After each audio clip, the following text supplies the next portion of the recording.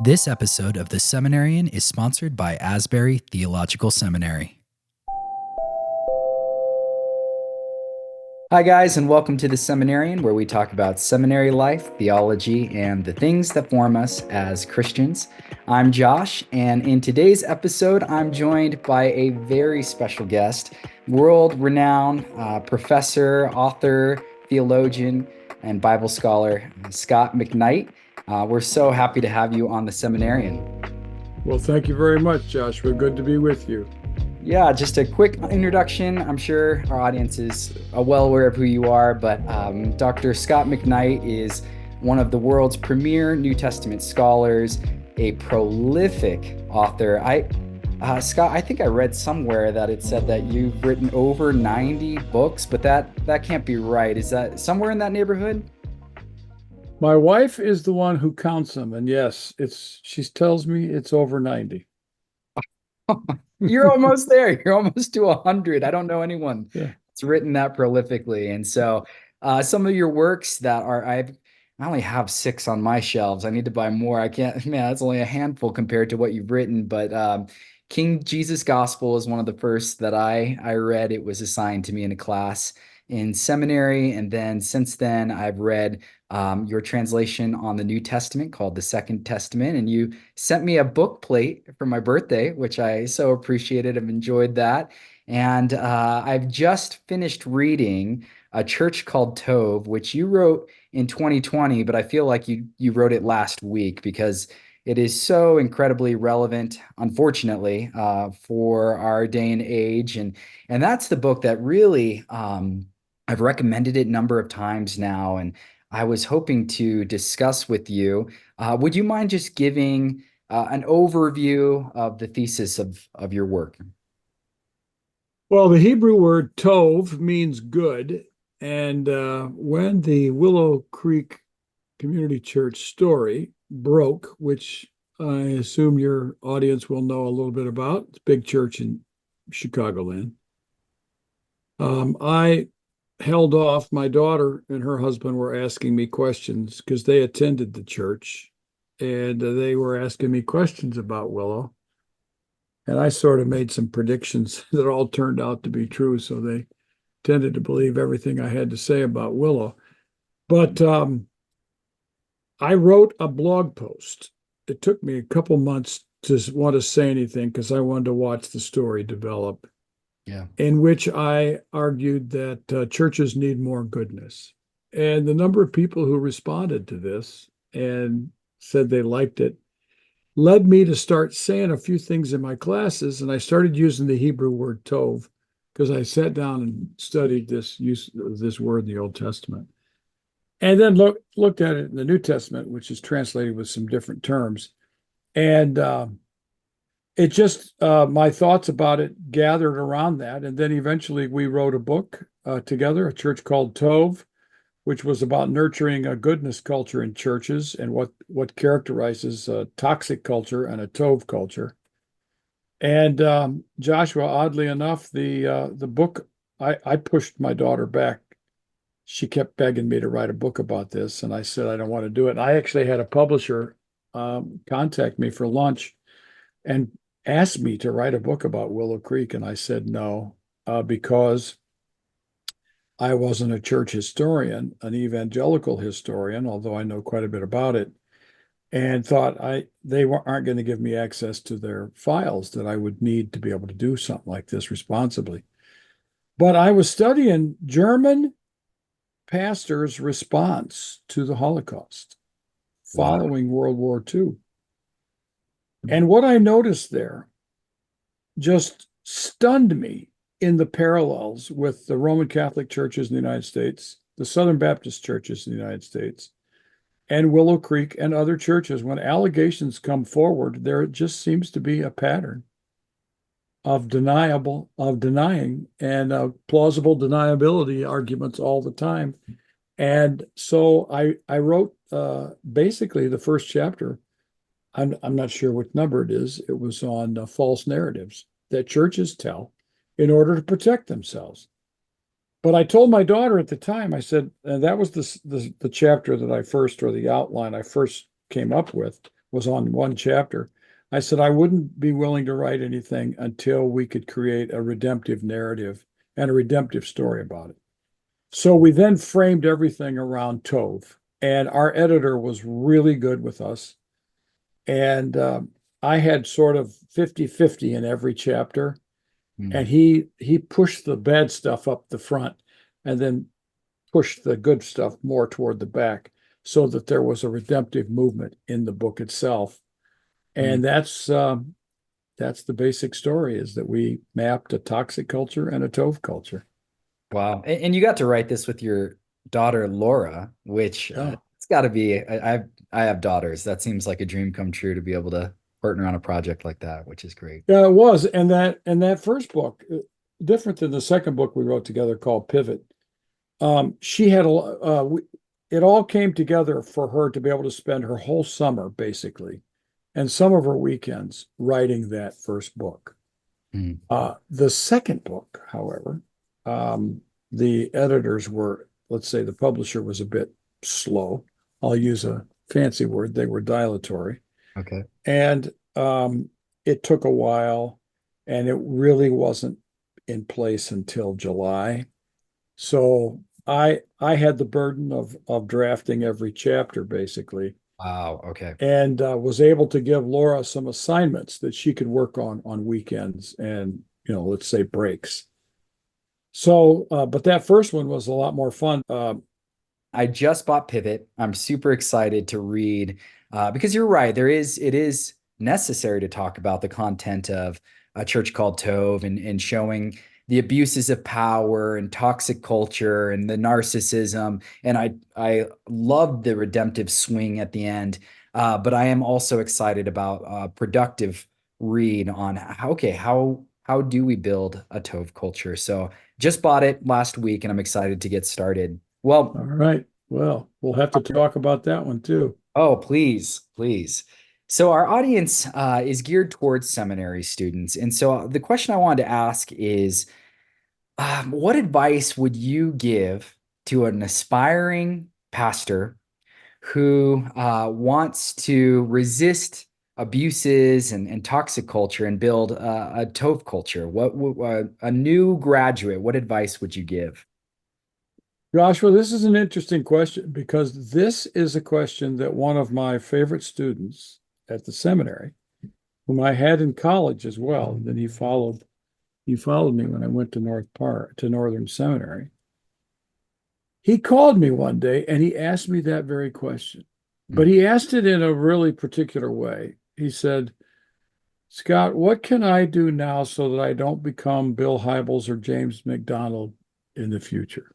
yeah, yeah. And I thought that is really a good question. And that's what led me to start giving lectures at my seminary on Tov to Mm, begin classes.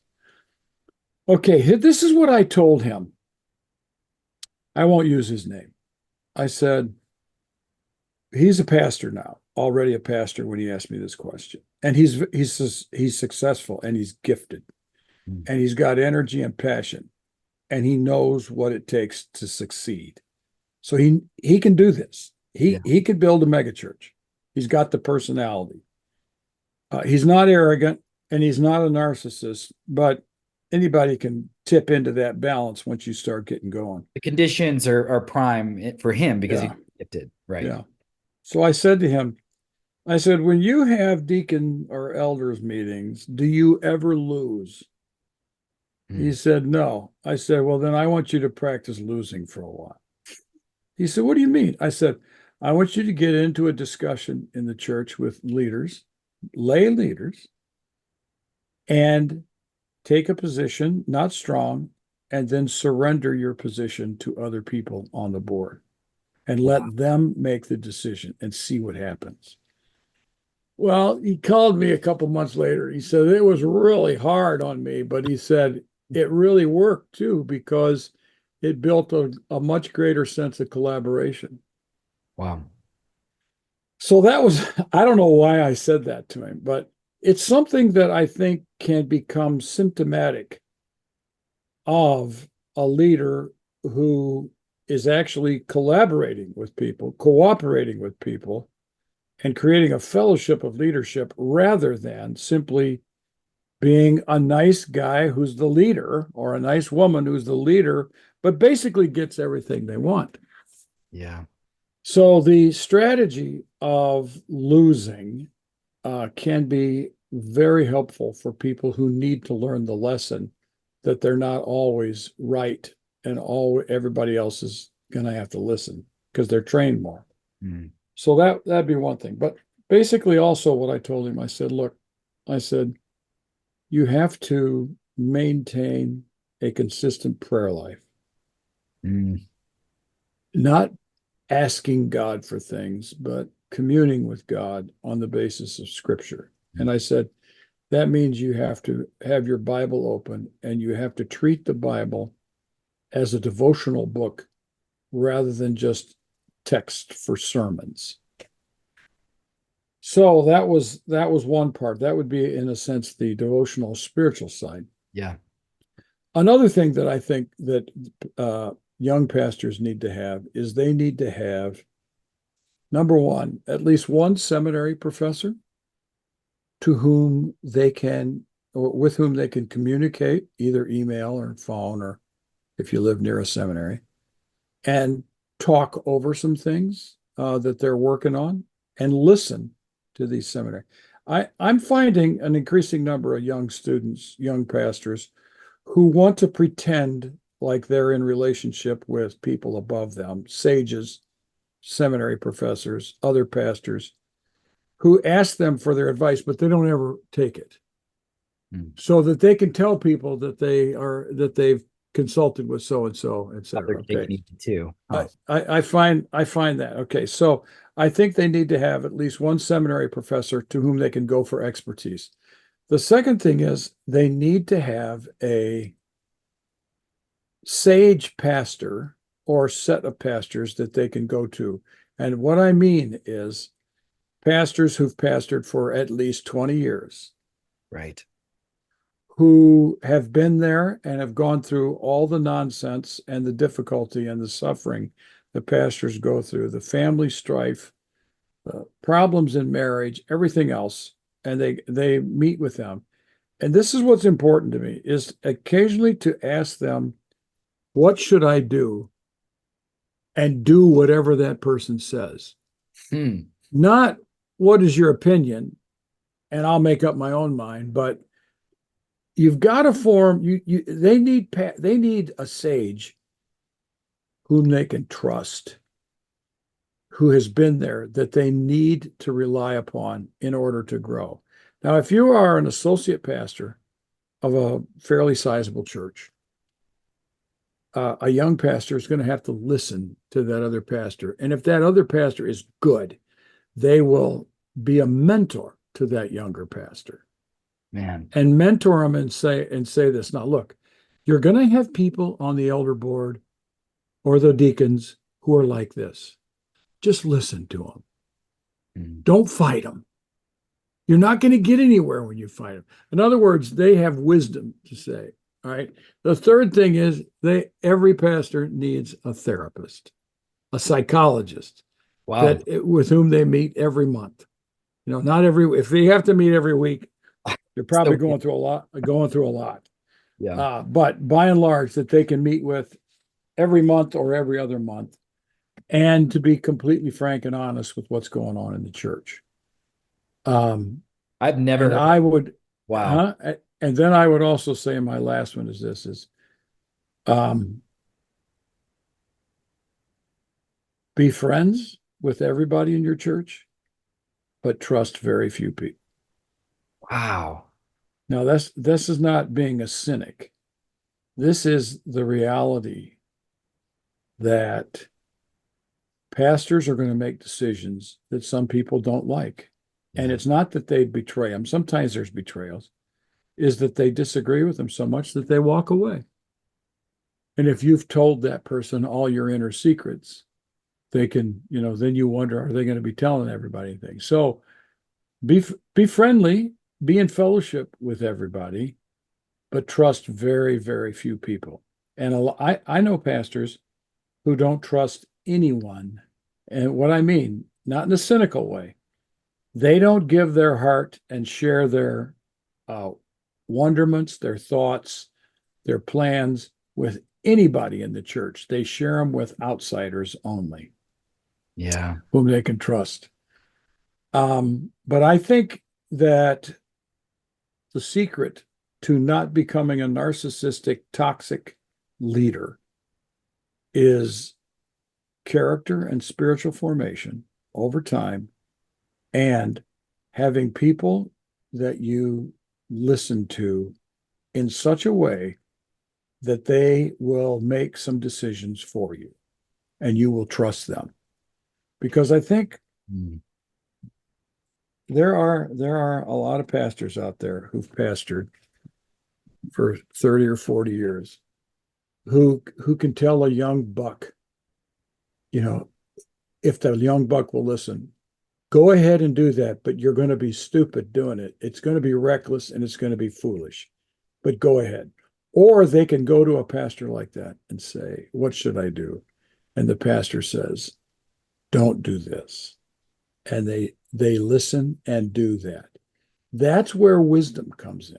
A sage is someone who has wisdom, and people who are in the formation of wisdom listen to the wise. Wow. They don't just talk about it with them, they listen to them and say, I'm going to be formed by this person. So find a couple pastors that can be sages for you. And I mean people that you could say, I want to become like them. I want to pastor like that person. Man, there's so many things that you said there that I mean, I've been in ministry not very long, but about 17 years, roughly half my life. And I've made mistakes. My wife and I wanted to be, we were on the mission field for a while. I remember this one particular time where our missions board at our church said, you guys need marriage counseling. You're not going to go to the mission field until you've had a year of marriage counseling under your belt. And in our minds, we're thinking the harvest is white. We gotta get over there. We've already done the training. We've already taken so long. But they were pretty firm about that. I'd like to say we were mature enough to listen, like you're talking about, but it was kind of forced upon us. And they were absolutely right. And I'm so glad that we did that. But it's hard to relinquish, okay, you guys are wiser than me. You know what you're doing. I'm just going to do what you say and submit that way. But I do think I see that in the Bible, a lot of that mutual submission, that plurality of leadership. That's amazing. Yeah. Yeah. Um, I get nervous about the word submission these days because it can be so abused. Mm, Um, I think I think the Hebrew word shema here, listening, mm, is a key word here. Now it does unfold into the meaning of the word obey. Um, but submission implies hierarchy, patriarchy, power, domination. right. And so it can get dodgy at times with people who say, I have power over you, so you have to submit. That's when you got problems. But I really think that what your mission board told you to do was very wise. And you may not have been ready for it or as willing, but over time you were convinced of that. And I think you would probably tell young missionaries and young pastors to do the same thing today. Yeah.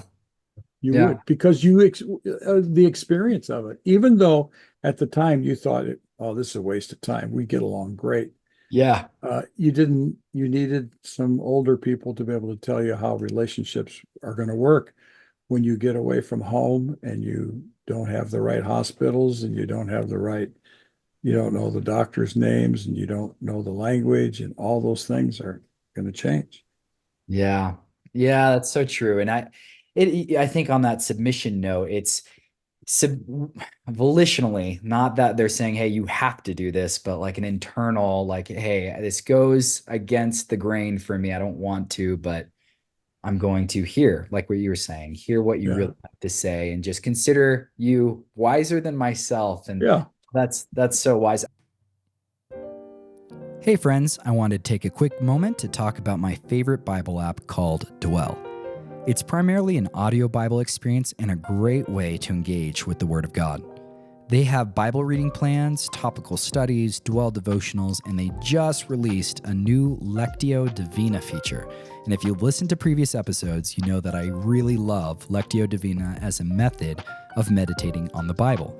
In a nutshell, Lectio Divina is an ancient practice of allowing oneself the time and the space to cultivate a life of contemplation on the Scriptures.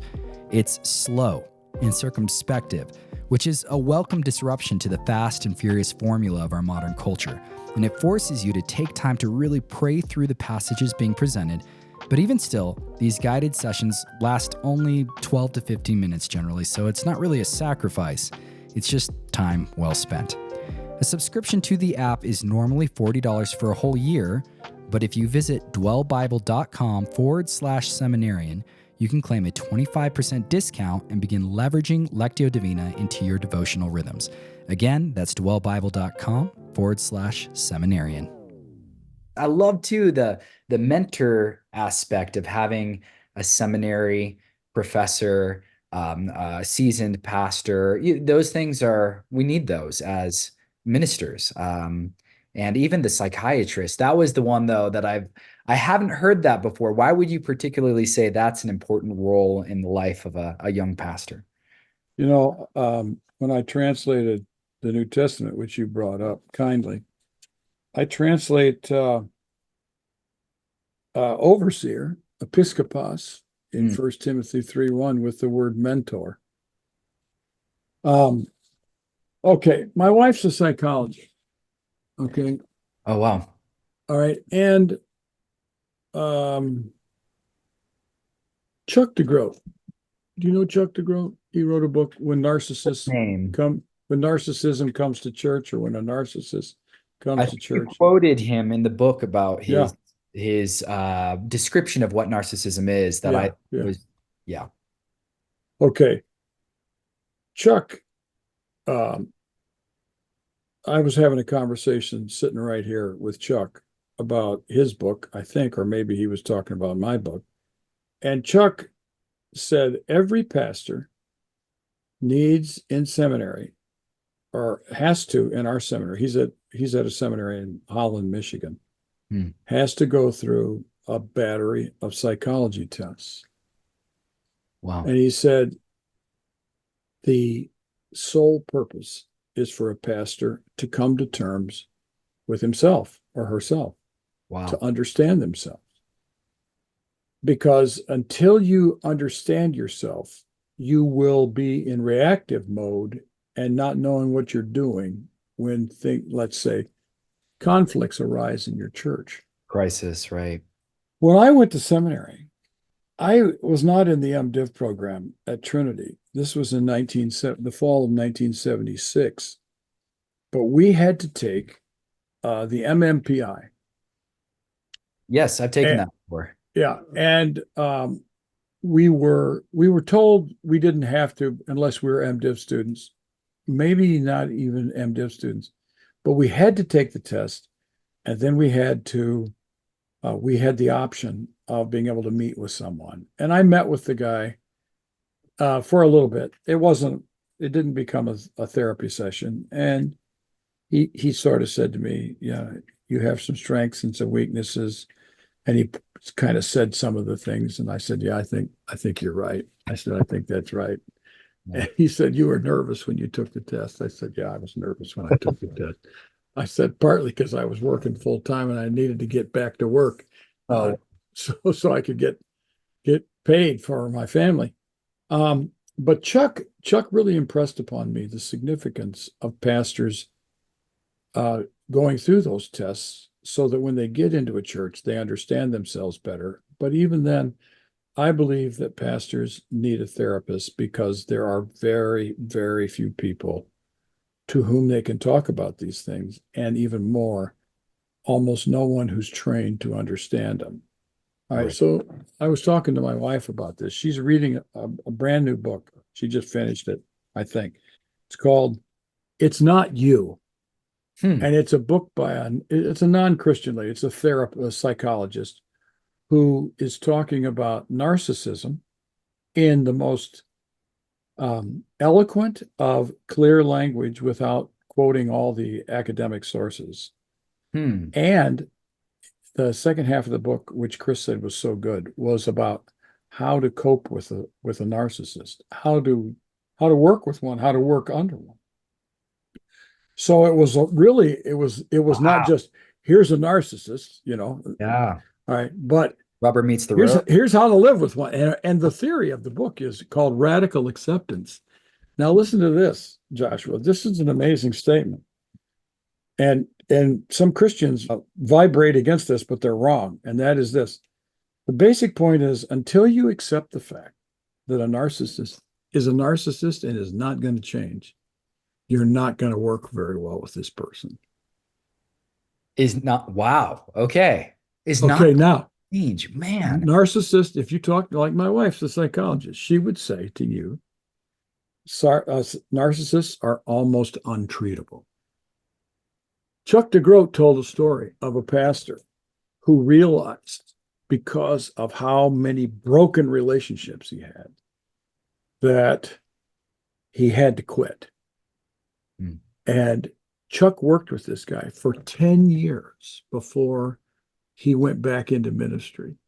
And it took him that long to come to terms with his problems and how to deal with them in a constructive way and form healthy relationships.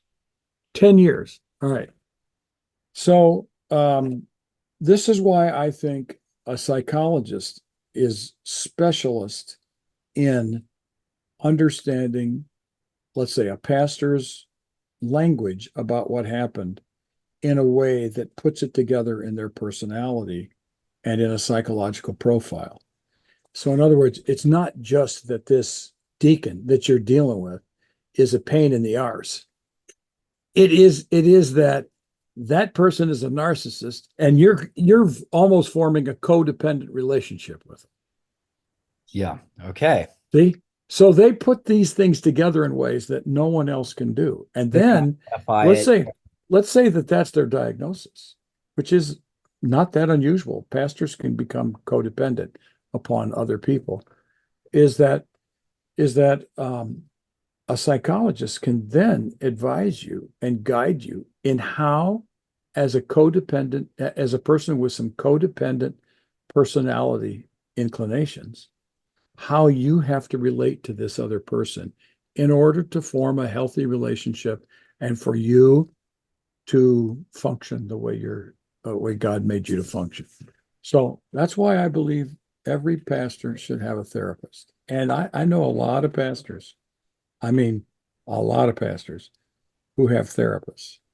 Hmm. And I'm one of the people that they will tell because I'm not threatening. I'm not in their church. Right. And because my wife's a psychologist, so I tell people I have a therapist because she tells me what's going on even when I don't ask for it.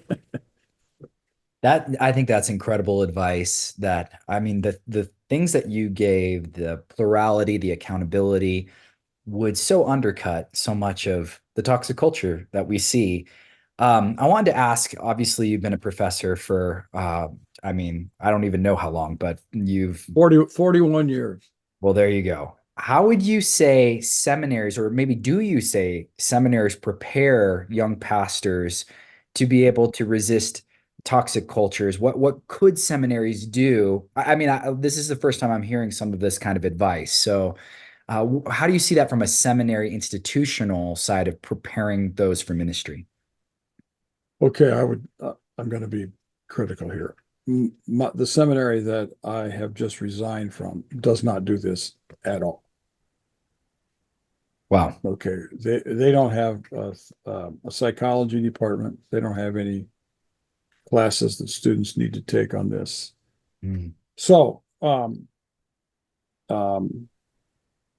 I would say that my experience is mainline seminaries are extremely well, or they do this extremely well. They prepare people psychologically for what they're going to encounter. Mm. Evangelical seminaries think that the pastor's job is to preach Sunday sermons and lead the congregation, and they lean autocratic and authoritarian because of the nature of the kinds of people that are involved. Unfortunately, proof is in the pudding. So, Yeah. So I would say that seminaries need to focus more on spiritual formation and psychological introspection. Until they do, those who graduate will not be self-aware enough to function well in a group. I mean, just think about this, Joshua. I'm not being critical of you or anyone else who's young. Really, what can a 35-year-old tell a 65-year-old about managing life? I mean, yeah. a good 35-year-old will be listening. And until they're 50, they learn to keep their mouth shut in the context of people who have been down the road longer. Now, I'm not saying that all 65-year-olds or 60-year-olds are wise, because they're not. There's a lot of fools who are 60 years old. But if you, I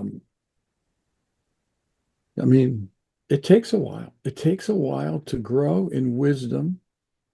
And that's why young pastors need sages to work with them, Yeah. and to help them along. And I have pastor friends who meet with pastor groups 3 or 4 times a year. I mean, they go for 2 days and they meet with one another. They talk to one. I think this is extremely healthy. And in every one of these groups that I know, there is an older pastor in there who just basically listens and then says, look, this is what's going on, folks. And this is what we need to work on. And they support one another. And some of them preach texts together. They'll preach Ephesians together for a year. But pastors I mean, I don't believe that there's any strategy that will solve the toxic problem, but I do know that people with good character do not create toxic environments. They may have to enter one, they may experience one, but they don't create them. Right. So, And okay. the entering the toxic environment, I feel like, well, the immaturity part, that's pretty consistent. But for a young pastor, 7 out of 10, I don't know that's arbitrary, but if it's a one-man show, it feels like 7 out of 10 times there's going to be some significant abuses, 10, 20 years down the line that I've seen when it's just one person gets their way all the time. So in other words, what I'm trying to say is it seems like, again, arbitrary number, 7 out of 10, if you enter into a toxic culture, you're going to end up turning into that toxic culture. And you said as much similarly in the book that you can't underestimate a culture. To reverse those cultures, you need someone championing a healthy culture. You need someone that can show that way to you and point pitfalls out. And so I don't know. Do you see that? What I'm kind of trying to get at is that entering a toxic culture, you eventually turn into that culture. Well, yeah, I mean, it's either that or you collapse.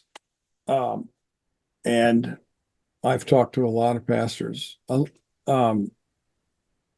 Probably the most common emails I get about this are associate pastors who've been abused by senior pastors. Mm-hmm.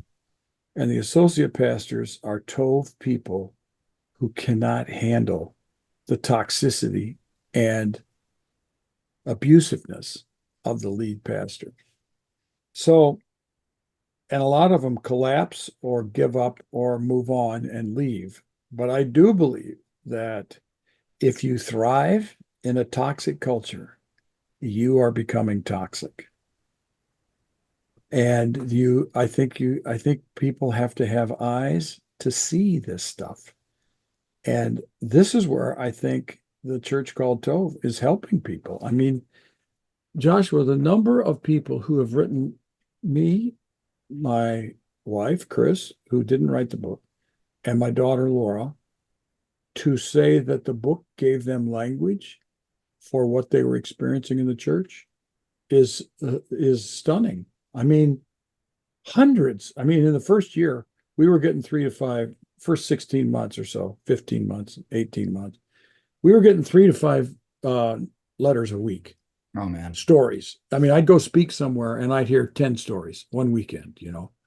I believe that we need to be aware of how toxic cultures can form us to make us comfortable in that environment, or we have to resist it. And if you resist it, you're going to lose. You're going to have to leave. I mean, I've counseled dozens of pastor leaders, associates, people in churches to leave. Yeah. And pivot gets into this where, Yeah. okay, now the other side of this is you talked about if you enter into a toxic culture, you're going to have, you know, someone who can reshape that culture. Here's the studies. The studies show that when you want to turn a culture around, if everybody is committed to turning it around, it will take 7 years to form a different culture. Oh my goodness. You can't just preach a series of sermons on Tov and create a Tov culture. Yeah. There are decisions that have taken deep root, and they're pulling out of the ground the toxicities that are growing up into the trees and the fruit is sour and the fruit is bitter, all because of that. And it's going to take derooting, uprooting, and forming new soil and creating a new tree, basically, for this to happen. And so it's going to take a long time. And I think people who are in those situations, if I were a young pastor and I saw that the senior leaders at the church and the elder board that were sycophants with that leader or total supporters, if I saw that going on, I would be trying to find a way to find another church. Yeah. It's you can't change it. On the other side, and I know we're running out of time, so we'll make this our last question, but just on a personal note, I was in ministry for a long time. I belonged to a healthy church, but when I went into the mission field, things got pretty unhealthy, and I was, under some narcissism and tendencies that way. And when crisis hit, it felt like that was the only option, was to just leave. And so I came back to the States and had really no plans of ministry, and thought, I need to do seminary because I got some of this backwards. I should have had a seminary education before I entered this kind of foray. But what's happening, and I don't mean to make this a counseling session right now, but is that I'm discouraged. I don't even want to go back into ministry. You see what I'm saying? It's kind of like, Mhm. my goodness, how do pastors see with eyes wide open the awareness that you're talking about, the toxic cultures that's pretty prevalent, and still have the unction to want to join and say, you know what, I'm about a Tov culture, and I'm gonna do this anyway. Well, the first thing I would say is you're in a very healthy spot. Hmm. I mean, I mean, if you're enamored with some Mark Driscoll, I think we can all nail that guy. Yeah. All right, so if you're enamored with that, we got problems. But Hmm. if you're discouraged about the situation with toxicity in the churches, that's the place to be, because you will be a person with eyes to see and ears to hear and to discern it and recognize it. That's a really good place to be. And then you'll probably have to enter into ministry gently and slowly to find your feet. And you can't expect things to be perfect. There will be some imperfections, but you'll want to find a context where there's transparency with the leader so that you can talk to them and sense that they really do listen and they heard me and they care and they're not dismissive and they're not going to fire me. And I presented a problem that I thought that sort of language can be abusive to traumatized people. Um, so you got to find that. And Joshua, it's really hard to interview at a place and to come to terms with what that culture is actually like, because all churches They're are on the front skilled lines. Yeah. at presenting themselves in the best possible form and shape. Yeah. They're all good at this. They wouldn't have an interview if they weren't skilled at this. You know, I have a friend who is an amazing New Testament scholar, and he couldn't get a job teaching because he always sabotaged himself because he um, was brutally frank about himself. Hmm. Well, he's become a really wonderful professor and colleague to people, but he refused to play the game of marketing himself. Hmm.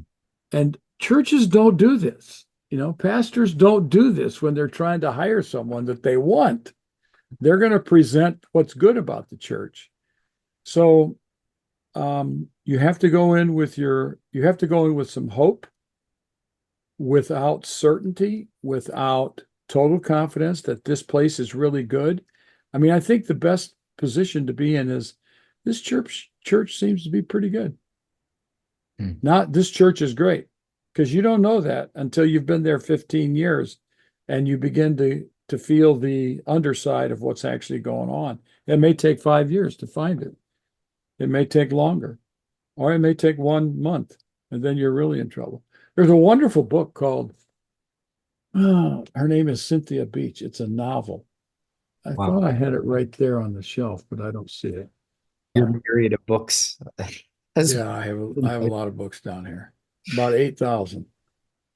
Oh, I've been collecting books for 45 years. Okay, so I got oh, books all over the man. place. Okay, I want an That's episode. one room out of two.